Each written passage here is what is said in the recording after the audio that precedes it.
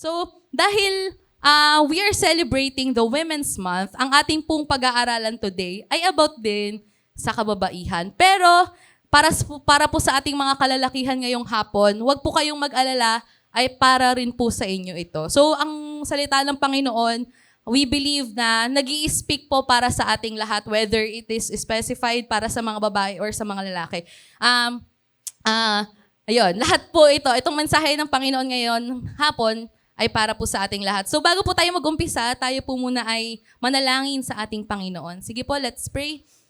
Dear Lord, Heavenly Father, we thank you for this afternoon, Lord God. We thank you for this opportunity, Lord, na kami po muli ay makaririnig ng iyong salita, Panginoon, at mapapag-aralan ng iyong salita, Lord God. And Lord, we just want to ask for your wisdom, Lord God, and guidance, Panginoon, na maunawaan po namin ang iyong mensahe po para sa amin ngayong hapon, Lord God. At O Diyos, ikaw lamang po yung patuloy naming makilala, maranasan ngayong hapon na ito, O Diyos. Sa iyo po ang lahat ng papuri, parangal at pagsamba sa pangalan ni Jesus. Amen. Amen. Okay, so ang title po ng aking ituturo, pa-flash, ay Wonder Woman. Ayan. Wonder Woman. So sino po nakakakilala dito kay Wonder Woman? Isa, dalawa, konti lang. Ayan, si Wonder Woman, kilala natin siya bilang superhero, no? And sa Pinoy version, meron tayong Darna. Kilala niyo si Darna? Ang dami nating Darna sa Philippines, di ba? Ayun, so si Wonder Woman po, or si Darna man, kilala natin siya bilang malakas at matapang. At isa siyang, kilala siya bilang female superhero. So, si Darna si Wonder Woman, nagliligtas siya ng mga nasa panganib. Malakas siya. So yun, powerful siya dahil nga siya ay isang superhero. And somehow, si Wonder Woman nga ay nakapagbibigay ng impluwensya sa atin in some ways. So katulad ko po nung bata ako, ewan ko kung na-experience nyo rin, yung nag-roleplay, yung pag maglalaro kayo mga bata na ako si ganito, ako si Wonder Woman, tapos yung iba Superman, meron pa nga iba, Power Rangers, ganyan, yung pag mga bata naglalaro. So kami nung kapatid ko po, yan madalas din po naming laro yan, yung mga kunwari mga superhero kami, tapos maglalaban-laban kami dalawa. So nagre-wrestling po kami ni Denzel dati. Ayan. So yun, yung sa mga bata, merong mga influence ay yung mga superhero. Hindi lang si Wonder Woman, marami pang tayong mga kilalang mga superhero. So dahil nga, yung mga superhero nga ay malalakas, matatapang, and meron silang mga kayang gawin na hindi natin kaya bilang normal na mga tao nga po, no? So, ayun, kumbaga, si Wonder Woman, kumbaga yung character niya ay nakakapagbigay ng empowerment sa atin. So, or kahit hindi na lang po si Wonder Woman, meron tayong mga tao na nilulook up or kinukuhanan ng inspirasyon kasi nakikita natin na malakas sila, matalino, at yung mga iba pang mga bagay or magagandang katangian na hindi, nawala tayo, na feeling mo wala sa'yo. So meron tayong mga ganun, hinahangaan ng mga tao. And we feel empowered by their stories, yung mga taong yon na nilulook up natin or itong ang mga superhero. And dito po sa Proverbs 31, kung nabasa nyo na po ito, ayan, sa Proverbs 31, mababasa po natin dito ang katangian ng isang wise woman naman or ng isang original na Wonder Woman, biblical na Wonder Woman.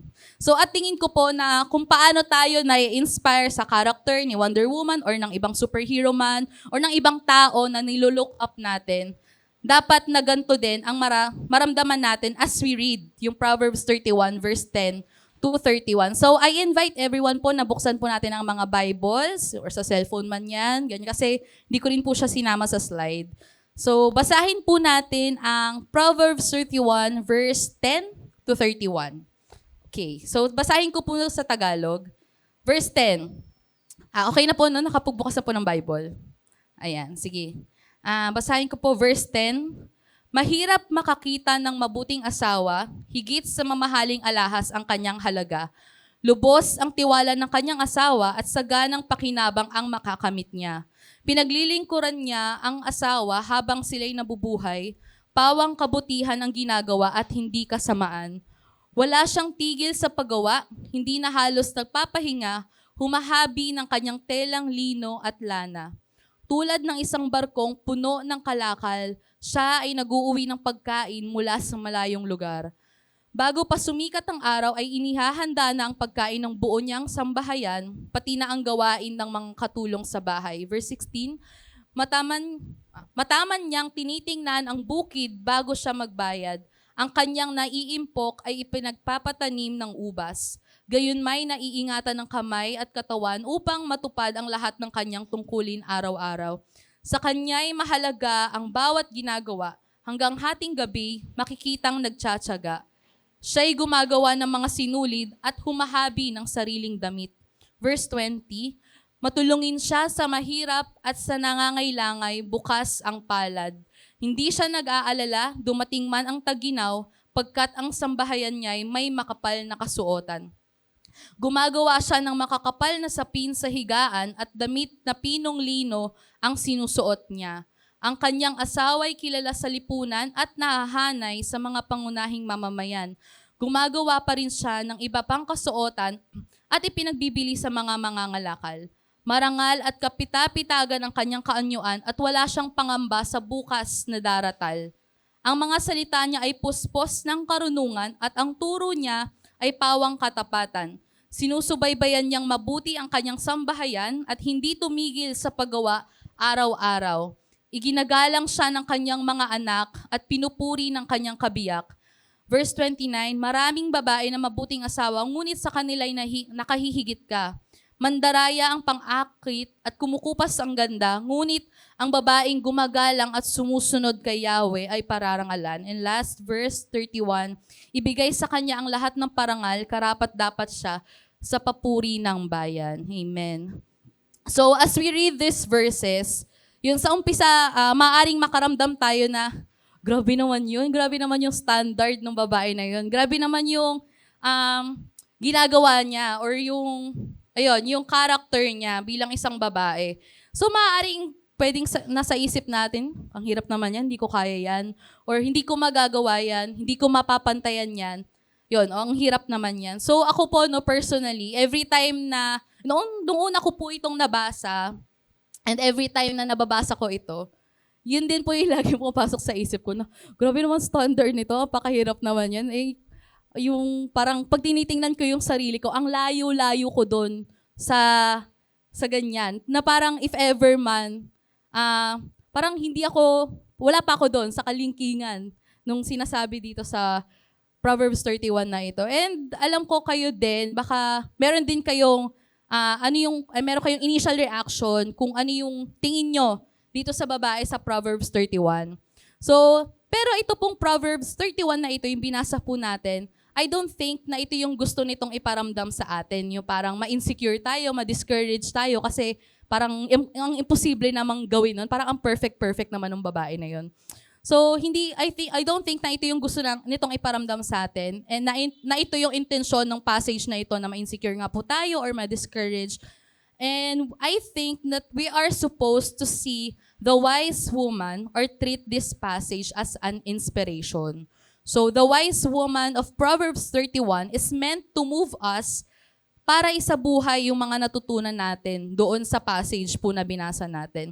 So ngayon po, let's talk about the wise woman in Proverbs 31. Isa-isahin po natin yung karakteristik nitong wise woman na tinutukoy sa Proverbs 31. So una, ang wise woman daw po, she is the woman we all should be. She is the woman we all should be. So the wise woman is the wonder woman or wonder man na dapat nating tularan o subukang gayahin.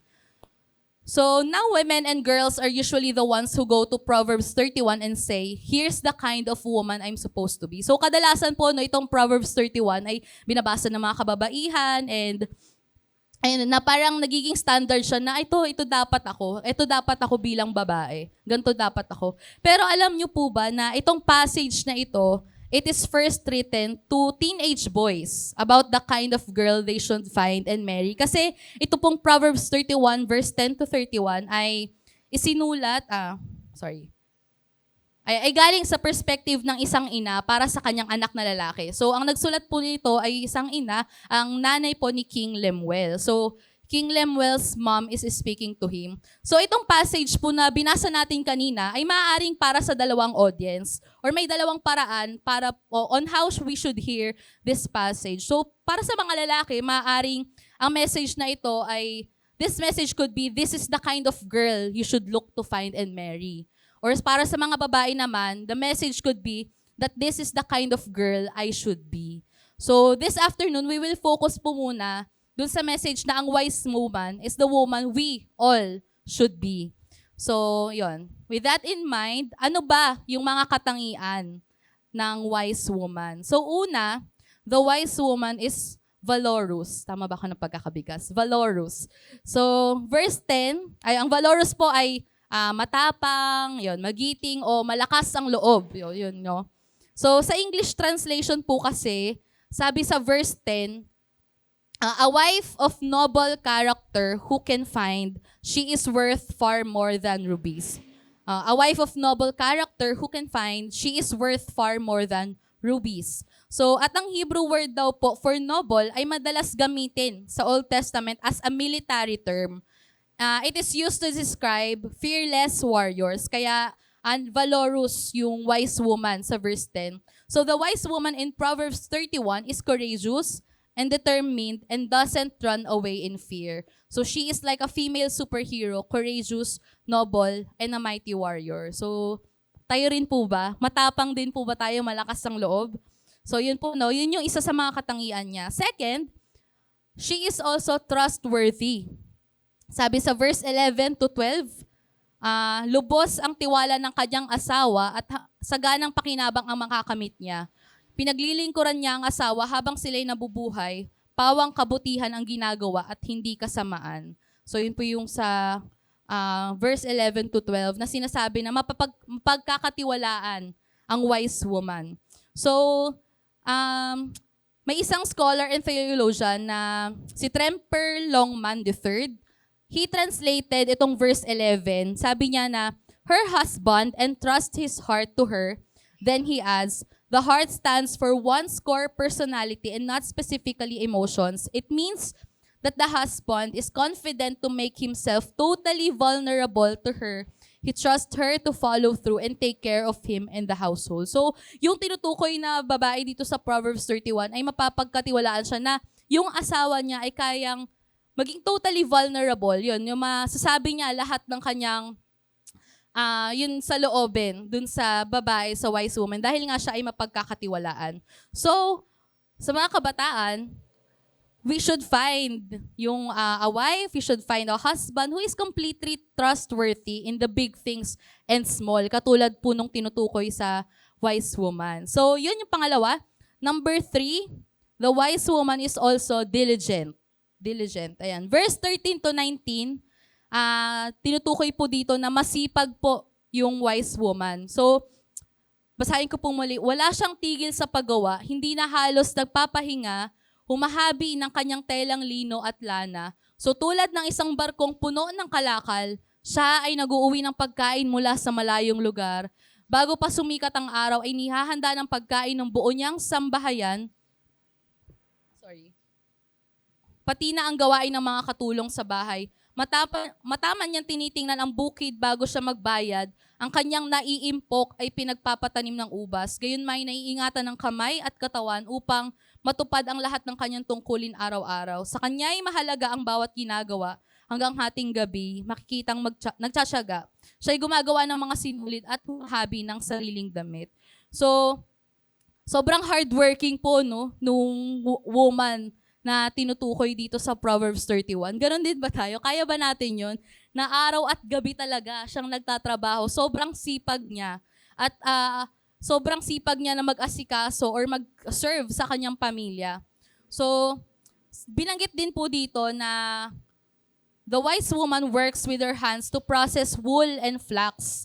So, itong wool and flax po ay yung, tawag dito, balahibo ng tupa at yung flax ay isang klase ng halaman na ginagawang yarn, ginagawang yarn and para maging tela siya. So, ito yung process po na ito sinasabi na sobrang hirap talaga, difficult and long process siyang ginagawa.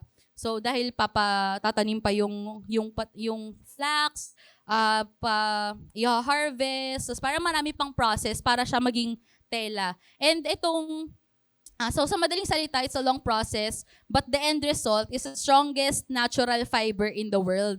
So yung yung paghahabi ng wool and flax, so mahabang proseso po siya, pero magki-create naman siya nung matibay na tela sa buong mundo. Tinuturing na matibay na tela sa buong mundo. And it lasts a long time. So, yun nga magte-take talaga ng effort or ng kasipagan para po makagawa nung binabanggit dun sa Proverbs na ito. So, and sa Proverbs verse 31:15 naman, nabanggit din doon na-describe din yung woman as an entrepreneur and financially responsible. So, trading with others and providing food. So, maaga siyang nagigising para mag-asikaso ng pagkain para sa kanyang pamilya. So, ayun po, sobrang sipag nung wise woman dito sa Proverbs 31. Okay, next character ni wise woman, she is compassionate. Mahabagin naman po siya. Sabi sa verse 20, matulungin siya sa mahirap at sa nangangailangan bukas ang palad. So, she's benevolent and kind and she goes out of her way to show care for the least of this. So, tayo rin po, tinawag tayo ng Panginoon, maaaring sa pamilya natin, sa mga kaklase, sa trabaho, para din to show compassion sa mga nangangailangan. So katulad din po na we should be compassionate sa mga tao po sa paligid natin. Number 5, ang wise woman din daw po ay prudent. Prudent means masinop. Masinop daw po siya. So sa verse 21 and 22, binanggit po doon na hindi siya nag-aalala, dumating man ang taginaw, pagkat ang sambahayan niya ay may makapal na kasuotan. Gumagawa siya ng mga kakapal na sapin sa higaan at damit na pinong lino ang sinusuot niya. Gumagawa pa rin siya ng iba pang kasuotan at ipinagbibili sa mga mangangalakal. Marangal at kapitapitagan ang kanyang kaunyoan at wala siyang pangamba sa bukas na daratal. So that means na this wise woman can predict what might happen in the future and plan accordingly. Merong pagpaplano. So, yun nga po, na dapat din tayo ay nagpaplano. So, nabanggit din doon na kung taglamig nga, yung pamilya niya ay hindi giginawin kasi nga, nag-ready na siya ng mga makakapal na kasuotan. And verse 25 literally says, sa English translation, sinabi doon na she laughs at the future. Kaya niyang tawanan yung kinabukasan kasi hindi na siya natatakot dahil siya ay handa. She is prepared and she looks into the future, gets out her planner, and writes down what needs to be done. So, yun po, merong pagpaplano, merong paghahanda para sa kinabukasan. So, hindi na niya kailangan mag-alala. So, dapat din daw po tayo ay masinop, prudent. Next, the wise woman is also honorable. Verse 23, 28, and 31, binanggit po doon na ang kanyang asawa ay kilala sa lipunan at nahanay sa mga pangunahing mamamayan. Iginagalang siya ng kanyang mga anak at pinupuri ng kanyang kabiyak. Ibigay sa kanya ang lahat ng parangal, karapat dapat siya sa papuri ng bayan. So the way this woman carries herself and supports her family brings respect to her husband. So people look at him and say, wow, grabe naman, grabe, ang galing nung napangasawa mo, ang galing mong pumili. So dahil mabuti yung kanyang asawa, honorable, nagre-reflect din yun dun sa asawang lalaki, na, na magaling siyang pumili ng mapapangasawa. Her husband recognizes how great she is and praises her with words of affirmation, but so do her children. They recognize how great their mom is. So honorable ang wise woman. The wise man or woman is honorable. And the most important quality, number 7, the wise woman loves the Lord. Sabi sa verse 26 and 30, ang mga salita niya ay puspos ng karunungan at ang turo niya ay pawang katapatan. Mandaraya ang pang-aki, kumukupas ang ganda, ngunit ang babaeng gumagalang at sumusunod kay Yahweh ay pararangalan. The wise woman knows the Lord and His word.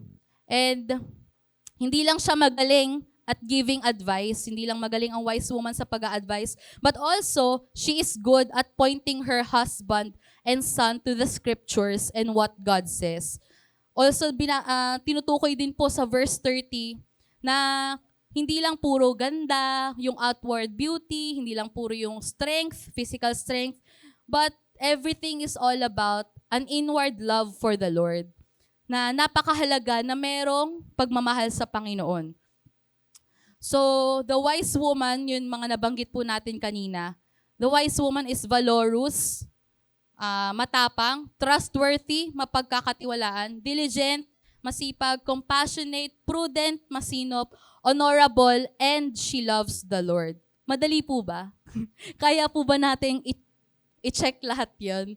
Na valorous ba tayo? Mapagkakatiwalaan ba tayo? Masipag, masinop, mahabagin ba tayo sa iba? At mahal ba natin ang Panginoon? Kasi sabi dito, the wise woman na she is the woman we all should be, babae o lalaki man. So kung ako yung tatanungin nyo, ang hirap, hindi ko kaya. Parang, ayun ko may check mark ba ako doon? Baka siguro yung loves the Lord. Nagpa-save. Ayan, so parang ang hirap i-check kung, ang hirap naman ito, 7 lang nga yung binanggit dito, pero ang hirap. So, this woman in Proverbs 31 is meant to be an inspiration, a model of something greater, of something we should become, something we can aspire to. So kahit kung tingin po natin mahirap to, hindi ito dahilan para tayo ay panghinaan ng loob. Hindi ko magagawa yun. Hindi ko kaya yan or ma-discourage po tayo. So, let us make this passage or yung buhay ng wise woman na to as an inspiration and as our model. So, but in the end, no matter how hard we try, kahit ano pong subok natin, hindi po talaga hindi natin maaabot yan. We can't really become the wise woman. Number 2, she is the woman we all cannot be. Ayan. She is the woman we all can't be. Kahit ano pong subok natin. So the reason na si Wonder Woman, yung superhero po kanina na pinakita natin, is so amazing is because she's fiction. Kwento lamang po kasi siya. No, hindi siya totoo. Wala naman talagang superhero. Hindi naman talaga totoo si Wonder Woman. And kahit na kwento lamang siya, we are to aspire to become like her. Hinahangad pa rin natin na maging, one day, parang, sana magkaroon din ako ng power na meron siya. But ultimately, we need to recognize or acknowledge that we cannot, na hindi naman talaga tayo magiging si Wonder Woman kasi nga, kwento lamang siya. And even yung wise woman na binanggit po natin yung mga katangian niya kanina, mahirap and we cannot be. We should recognize or acknowledge na hindi talaga tayo magiging katulad niya. Because all of us, we all fall short. We all fall short. And the wise woman is the person we should all be, but cannot be, but Jesus Christ could be. No, na ang wise woman ay dapat ganun tayo, pero dahil hindi nga natin kaya, pero meron po tayong pag-asa because Jesus Christ could be. So Christ embodied valor as He went to the cross to win the battle between heaven and hell.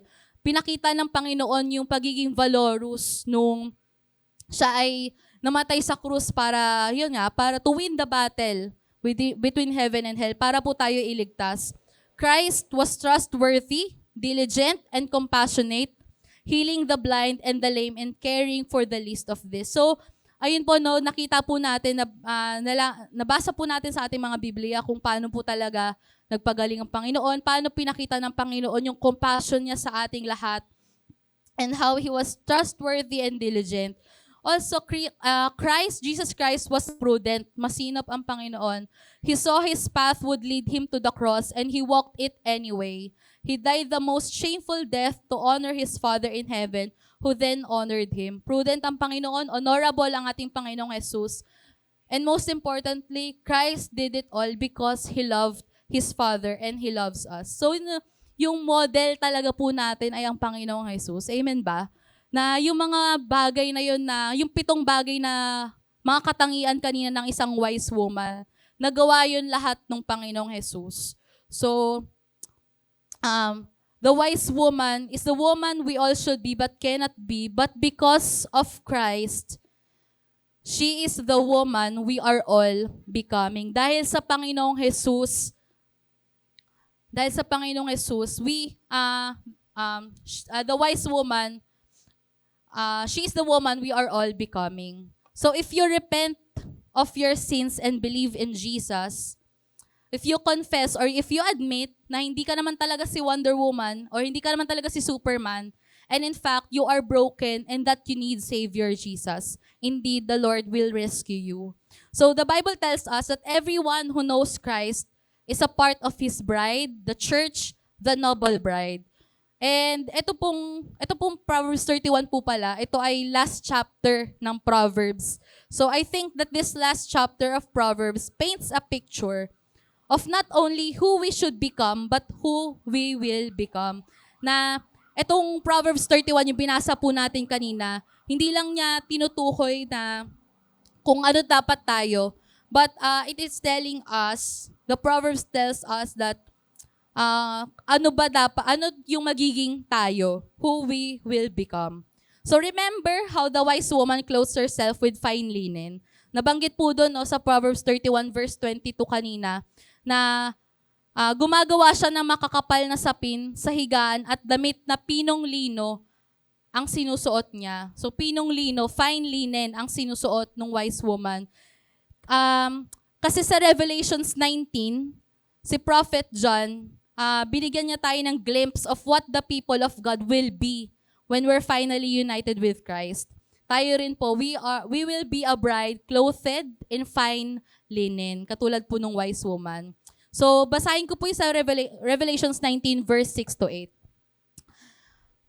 Then I heard what sounded like a great multitude, like the roar of rushing waters, and like loud peals of thunder shouting, Hallelujah, for our Lord God Almighty reigns. Let us rejoice and be glad and give Him glory. For the wedding of the Lamb has come, and His bride has made herself ready. Fine linen, bright and clean, was given her to wear. So yung fine linen daw po, yung pinong lino, it stands for the righteousness acts of God's holy people. So the noble wife na tinutukoy po doon sa Proverbs 31 has become the noble bride. Tayo pong lahat dito, we are the noble bride of God, of Jesus. So the wise woman of Proverbs 31 is the kind of person each one of us will become when Christ finally brings us home. So yun po no na ang hirap nung Proverbs 31, ang hirap nung standard na tinutukoy po doon para magawa natin. Pero dahil sa Panginoong Jesus, pinakita niya sa atin, binigyan niya tayo ng pag-asa na posible na kaya natin dahil lamang po sa Kanya. And dahil sa pagliligtas sa atin ng Panginoon, ito na yung naging future natin, ito na yung naging kapalaran natin na unti-unti, we will become like that wise woman. We will become the noble bride of God. Only by God's grace and Christ's victory on the cross, we can begin to become a little like her, like Jesus in this lifetime. Kaya sa araw-araw po habang nandito tayo sa mundo, opo, mahirap na hindi talaga, may mga pagkakataon na hindi tayo magiging malakas, hindi tayo magiging compassionate sa ibang tao. But patuloy po talaga tayo na magpasakop sa Panginoon, magpabago sa Panginoon. Ang Lord, pinagtagumpayan niya na ang lahat ng bagay. Kaya posible na magawa rin po natin na maging tayo yung wise woman na binanggit sa Proverbs 31. Alright, ayan. Okay. So yun po, no? Dahil lamang po sa biyaya, dahil po sa ginawa ng Panginoong Jesus sa krus, lahat po tayo dito. So yun nga nabanggit ko kanina, na kahit yung Proverbs 31, yung tinutukoy po doon ay babae, pero itong mensahe po ng Panginoon ngayong hapon, para po talaga to sa ating lahat. Babae man o lalaki, nagkaroon tayo ng pag-asa na we can become strong, noble, and courageous. That's why every time po na we feel insecure or discouraged, we must remember our hero, which is Christ Jesus. So Jesus defeated Satan and our sins and offers us eternal life with Him. And as we wait po na dumating yung time na nabanggit dun sa Revelations 19 kanina, as we wait for our bridegroom sa pagdating ng Panginoon, yun nga, patuloy nga po nating ipasakop ang ating buhay para sa Kanya. Patuloy po nating hayaan ng Panginoon na baguhin, alisin ng Panginoon lahat ng mga natitirang kasalanan, alisin ng Panginoon yung mga natitira pang mga pangit sa atin. Patuloy na hayaan natin ng Panginoon na baguhin po tayo. And pag dumating din ang pagkakataon po na you are wishing na pwede pong maging si Wonder Woman na lang ako today, for today lang. Or maging si Superman ako ngayong araw lang kasi nanghihina ka na talaga. Gusto mo lang maging malakas, gusto mo magkaroon ng superpower. Patuloy natin na alalahanin that Christ is making you into the wise woman for eternity. Merong magandang plano po ang Panginoon para sa ating lahat. So, merong magandang pangako ang Panginoon para sa ating lahat. And lagi po nating ilapit lamang sa Panginoon ang ating buhay.